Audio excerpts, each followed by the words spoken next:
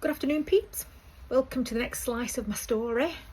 Yesterday I said I didn't really know where to start, but I've had a good think about it, and I think I'll start at the end, where I am now, because I think that's really important for anybody else that's going through this at the moment, or in the thick of it, or starting their journey. I think it's really important for them to understand that there is absolutely light at the end of their tunnel. I was in a very, very dark place for a long time, and it nearly took me over the edge a few times. Absolute hell on earth. And being dragged through the court process means you have no control. You can't suddenly tell the judge one day, I'm not going to bother today. If they tell you this is when the hearing is, that's when your hearing is. I went through years of not really knowing when I can book a holiday. If I book it, will I have to cancel it, or will I have to move things? Because I just didn't know. The system is so poor and so disorganised that you just don't know what's happening from one week for the next. So 12 years of my life has been governed by other people, and I've been dragged from pillar to post by the family court system and the very broken legal system.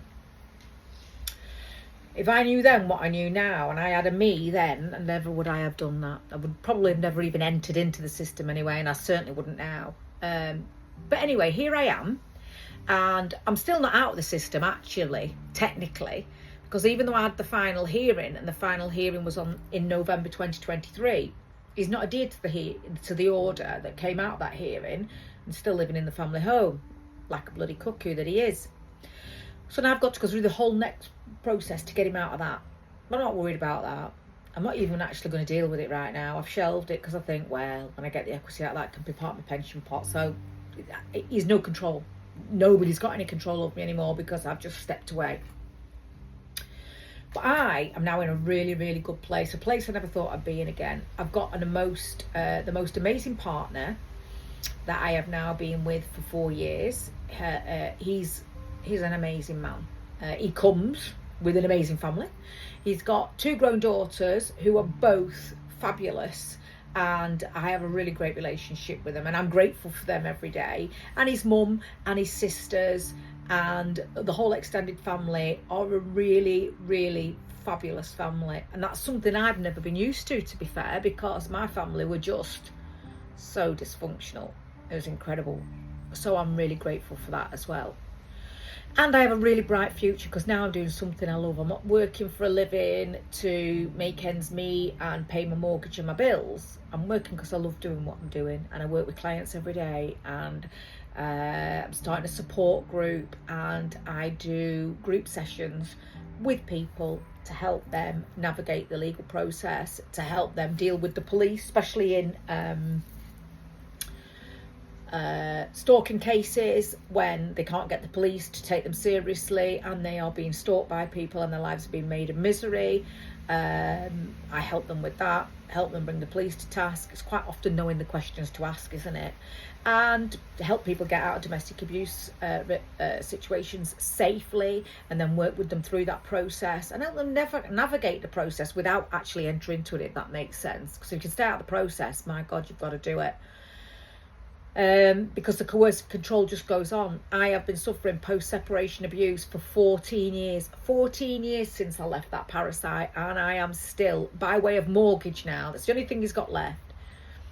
And as long as he continues to pay that mortgage, he can continue to try and control my life by way of the joint mortgage. I've contacted the bank so many times and said, look, this is the situation. And they've said, well, as long as he pays the mortgage, there's nothing we can do. And that's the only thing he has paid. He's paid nothing else. He's got debts up to his eyeballs. I've got bailiffs knocking on my front door trying to find him for his debt.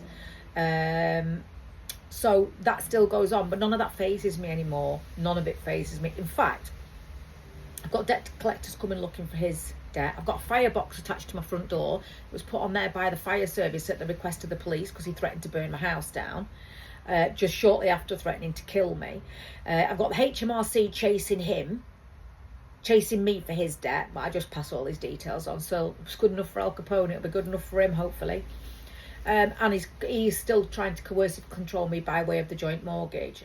But that's the only thing he's paying. That's the only thing he has paid in all these years. And that's because that's the only way he control me. And the moment that that house it's up for sale, but he's not letting anybody view it, and it's up for far too much and he won't reduce it. So here we go. But as long as he's still sat in it, and as long as it's not sold, he still has an element of control. So it goes on, but none of that has any bearing on my life at all. At all. I have a really bright future, like I said, and I'm doing what I do, and I'm really enjoying it. I have a wonderful relationship with my partner, and onwards and upwards. We've got some amazing plans, we've got an amazing future, and just loving life. We have a wonderful home, got 2 amazing crazy dogs, and yeah, it has changed me significantly, because I now really enjoy the I'm grateful for the real important things in life. It's not about pounds, shillings and pence and money. It's about sitting in my garden with a cup of coffee in the morning and watching my dogs running around. It's about doing this. It's about working with people. It's about starting my journey with my new clients, or just having a one-off with somebody and really seeing a difference, really seeing a massive difference. I had a client, well, it actually wasn't a client, it was a friend that I'd not seen for many, many years, and she just contacted me out of the blue because she was at the end of the tether. She'd been stalked for 3 years by an ex, and the police hadn't taken her seriously. She didn't really know what to do, and she just contacted me out of the blue. Just said, "Hi Lou, how are you doing? Long time no see. I wonder if you could help me." And she told me the story. I went round on the Monday, took all the details from her, helped contact the police. They came round on the Thursday. They went round to see her ex. She's never heard from him since. Now, don't get me wrong, that doesn't happen very often, but sometimes it's about knowing what to say and who to say it to that gets the action. Squeakiest wheel gets the oil. So that's everything for me.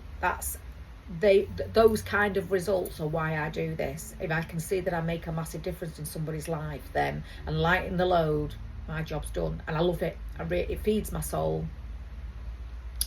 So yeah, as far as my ex is concerned, he can try and drag it out as much as he likes. It matters not. I give the courts now no brain space whatsoever. I will not let them control me anymore. And life is really good, and I have a really, really bright future, and I'm loving life. So if anybody out there is in the horrendous situation I was in, or in a situation that's worse, or maybe not quite as bad, but it's your situation and that makes it horrendous for you, just know it doesn't last forever, and you can step away from it. And if you need any help, even if you need just a quick free one-to-one call, then just message me, because I'm here to help. But right now in my story, I have been through 14 years of post-separation abuse.